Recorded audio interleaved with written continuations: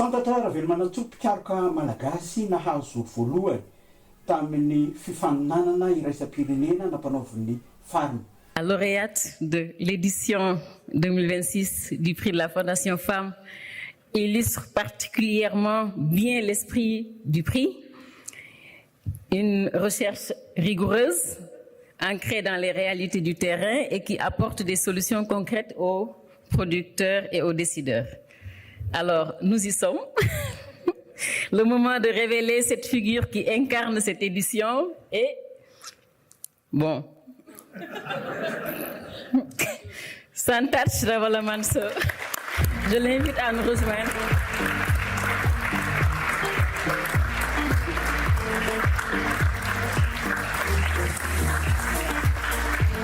Le prix va être remis par Catherine. Donc, qui de mieux que Catherine qui porte la vision au quotidien de la Fondation Femmes pour remettre ce prix.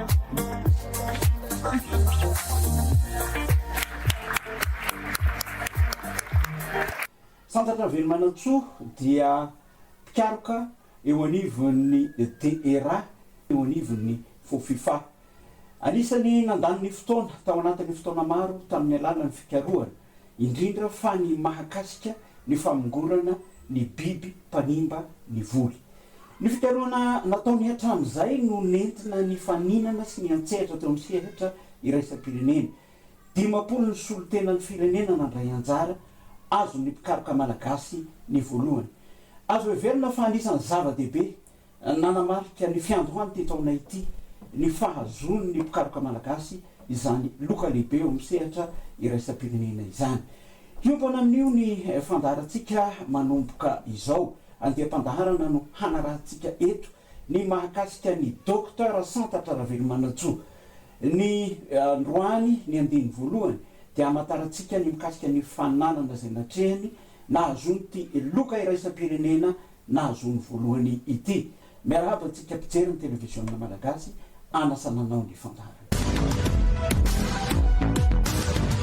Araka nefa voalaza teo eo ny zavatra rehetra zay atao ny fotoanatsoka na eo sehatra sy ny firenena na iraisam-pirenena fa ny mpikaroka dia manao ny fikarohana hatrany. Nambarantsika teo fa mpikaroka malagasy iray zay nahazo ny atao hoe loka iraisam-pirenena. Inona lay prima, inona lay fananana, iza manome azy, zay nga manofatantsika voalohany. Isataona zany nisy ny Fondation Femmes. Fondation Femmes zany dia fikambanana iraisam-pirenena izy io miasa amin'ny sehatra ny fampandrosoana ny tontolo ambanivohitra sy ny resaka fambolena ihany koa. Dia isataona izy io dia manome mampakasitrahana ho an'ireo mpikaroka indrindra ireo miasa amin'ny labolatany atsimo zay hita hoe fikarohana tena mipaka amin'ny ainanivon'ny tantsasy mampandroso koa ny tontolo ambanivohitra sy ny fambolena. Dia natomboana zany dia nisy ny antso tantsano nangataka tamiko hoe Docteur Santatra mandraisa ianao anjara amin'ity fifanana ity fa tena niasanao izay raha anao miara-miasa aminay no tena votoatin'ity fifanana ity. Dia avy eo tonga dia nandefa izy taratasy manamarika hoe tena manohana izay firatsahan'ny Docteur Santatra amin'ity fifanana ity tena andray anjara. Dia tao anatin'ny fifananana dia 50 ny mpiatrika tao anatin'izay avy amin'ny firenena samihafa. Avy amin'ny firenena samihafa izay miasa amin'ny labolatany atsimo. Nanahoana ny fisotran'ilay fifanana? Ny fifanana moa zany dia niankina tanteraka tamin'ny asa vita. Ny asanao vitana rehetrarehetra nandefa ianao zany ireo asa fikarohana izay nataonao tao amin'ny toerana izay niasanao. Dia anjaran'ny mpikaroka maro izay maneran-tany ao izay ireo mpikaroka ireo dia voasolo tena daholo ireo institution de recherche toy ny Sirady ny maro zany no tao anatiny tao e. Dia ireo avy eo no mijery hoe jerena ny qualité scientifique ny impact no niveau an'ny tontolo ambanivohitra sy ny tantsaha. Jerena ihany koa hoe navita publication be da be ve izy nakasika izay tena jerena tao zany araha scientifique rehetrarehetra. Eo ihany nefa ny araha scientifique fa mijerena koa ny resaka application hoe misy fampiarana marina ve amin'ny fikaroana izay nataona ary tena nahitana vokany a tena tontolo ambany. Zany hoe voka-pikaroana nalefa. Ie voka-pikaroana zany no nalefa dia reny no jerenjareo hoe tena mipaka tokoa ve. Le fikaroana natao a tamin'ny taona 2009 dia nisy ny aretina mahazo ny ovy izay ataontsika hoe fandazo. Tao anatin'izay a dia nisy ny tantsaha zany nanantana hoe dokotera tena marary ny ovinay fa mba hitadiavo vahaolana. Dia teo zany tena mampikaroka dia teny hoe anampy an'zareo zany hoe ahoana ny fomba atao a entina namalina an'izay fangatahazay. Zaho moa zany dia manam-pahaizana amin'ny resaka fijerevana ny tontolon'ny aretina mampiasa an'ireny teknika molekulary reny. Ka izay fitaovana izay no nampiasaka ahafahana mijery hoe avy aiza ilay aretina, inona ilay aretina, ahoana ny fifindrana, ahoana ihany koa ny ahafahantsika zany amin'ny fean'ilay aretina. Dia io fitaovana namoaka fitaovana vaovao anankiray izay mbola tsisy nanao mihitsy maneran-tany. Dia io fitaovana io no nahafahana zany namaly an'ireo fanontanian'ireo. Dia taorian'izay no nahafahana zany nakiany verina tena anivon'ny tantsaha miteny hoe izao ny fomba ahafahantsika mifeana io aretina io. Toy izay zany ilay fikarohana nataoko dia niaraka tamin'ny tantsaha foana ako taorian'izay fahitana voka-pikarohana izay niaraka tamin'ny tantsaha foana nijery ny fampiarana. Niarany eritreritry izay hoe ahoana ny fomba ahafahantsika mampiatra an'ity amin'ny zava-misy eto Madagasikara. Satria mijerena zany hoe misy zany zava-piarana any amin'ny firenena hafa fa ny eto Madagasikara ahoana ny ahafahantsika mampiatra azy. Dia izay no nirahanay tamin'ny tantsaha ary izay ilay atao hoe recherche action. Zany hoe nampiditra ny tantsaha foana zany ako atao anatin'izay fikarohana natao izay dia izay nefa tena anisany mampatonga zany ilay voka-pikaroanao ho hiparitaka sy tena hoe ampiarina rehefa ampidirina miaraka aminy ny tantsaha. Akoatran'io fidinina ihany koa nasery teo teny amin'ny sehatra iraisam-pirenena zany. Ie tao anaty akoatran'ny ovy ny ovy aloha zany ny asa izay nataoko teo amin'ny ovy no tena nazahoaka n'ilay prix satria raha niainga teo amin'ny zato isan-jato teo ny perte zany ny fahaverezana hita tena anivon'ny tantsaha. Dia amin'izao tsika amin'ny teny izao rehefa nampiatra an'ireo teknika izay nirahana novelarina zany nareka tamin'ny tantsaha dia efa mihaino izy eo amin'ny 5 ka hatramin'ny 10 isan-jato amin'izao. Fa ankoatr'izay dia noresahana teo ihany koa ny asa rehetrarehetra izay natao ato anivon'ny departementan'ny fikarohana ara-momba ny fambolena, ny fiarovana momba ny aretin'ny sakamalao eo ihany koa ny bibikely izay mihinana ny katsaka toy ny jeune légionnaire d'automne.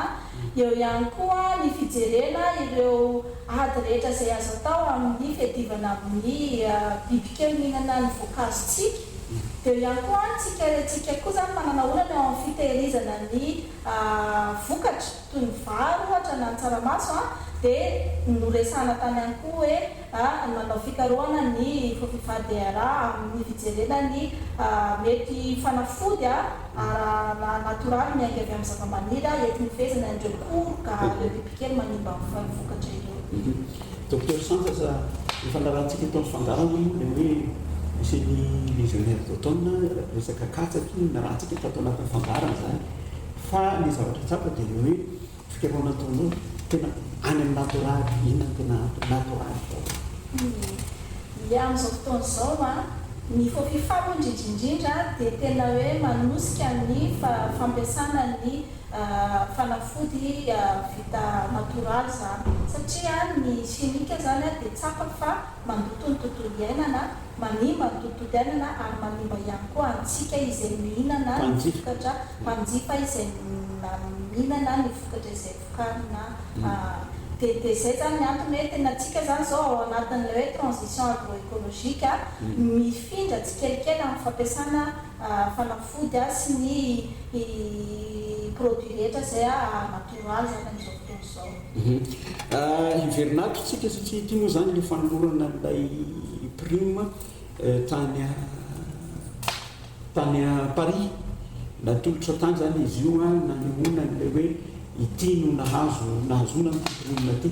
Docteur Santsa inona sy navy ny zavatra tsapa tamin'ireo mpifaninana aminao zany raha ohatra ny ahavolenta ny fikaroana zay atao zany fikaroana malagasy raha miohatra ny fikaroana ny faninana taminao. Ny mpifaninana tamiko fito izahay no mpikatroka farany 7 finalista zany tena fito ary tena avolenta daholo ny asa fikaroana zao nataondreo satria tena eo miasa eo anivon'ny firenena niveau international ny tombony angamany ny hoe nahafahako nandrobaka ny amboara dia satria za tena hita taratra mihitsy na hoe nanakaiky ny tantsaha ny asa rehetra izay natao ary tena mipaka ka nivon'ny tantsaha ary tao ihany koa ilay tantara hoe ny tantsaha no nangataka hoe mandraisa ianao anjara ary izay tantara izay mampiny anisan'ny tantaraina tao anatin'ilay fifaninanana dia izay zany izay fahatsapahana izay hoe tena nisy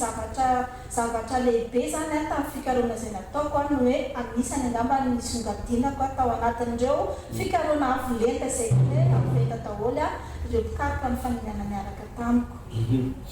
Manahoana ny approche tamin'ny tantsaha satria izay nampiavaka anao nandritra n'izay atao hoe tontolo nandalinanao zavatra maromaro zao fiarahamentana amin'ny tantsaha. Manahoana ny hoe inona ny fomba atao ahafahana tena hoe miray mikaroka aminao ilay tantsaha ny mpampiasa ny voka-pikaroana dia efa eo mandritra ny fikaroana izay atao. Inona ny tena atao hoe secret an'izay? Ny fikaroana amiko dia mamaly ny filamy ary satria ny fifa zany miara-miasa miasa amin'ny tontolo ambanivohitra sy ny fambolena dia mamaly ny filany ireo tantsaha ireo. Ary ny fomba fiasako dia mampianatra an'izay hoe miaino aloha ny tantsaha miainga avy any amin'ny tantsaha zany ny asa fikaroana ireo no mitaraina enona inona marary azy rehefa avy eo in'ilay zavatra ilaina iny no avolavolaina ho lasa question de recherche fanontaniana na lohahevitra fahana manao ilay fikaroana. Ny antony dia izao raha anao fikaroana fotsiny tsy mifampiresaka tamin'ireo tantsaha ireo tsy ho sura mihitsy hoe ho ampiasainy zareo sy mety aminy zavatra no développeko fa raha ohatra ka hoe niara-no volavolaninay niara-no jerena ny fototry ny olana avy eo miara mamolavola koa zay hoe ohatr'izao zany nitondratsika n'ity fikaroana ity zao ny tanjona ovalitsy zao ny tanjona ovalitsika ao anatin'io dia moramora kokoa zany amiko ny mampita ihany koa ilay voka-pikaroana ary ihany koa moramora kokoa ny fampianana ny voka-pikaroana eo anivon'ny tantsaha. Izay no tena hoe herin'ilay fikaroana angambana izay nataoko tao anatin'izay asa izay. Tapitra ny fandarantsika amin'ny herin'ny anio dia hitety ny zava-misy eto anivon'ity departemanta fampiroboroboana ny fambolena ato anivon'ny faux ity isika ka anisany tena hojerentsika akaiky araka ny voalaza ty rempiandohana dia ireo fikaroana atao mba hamongorana ny biby mpanimba ny voly. Mametaka mandram-piona tompoko lahy sy tompoko vavy.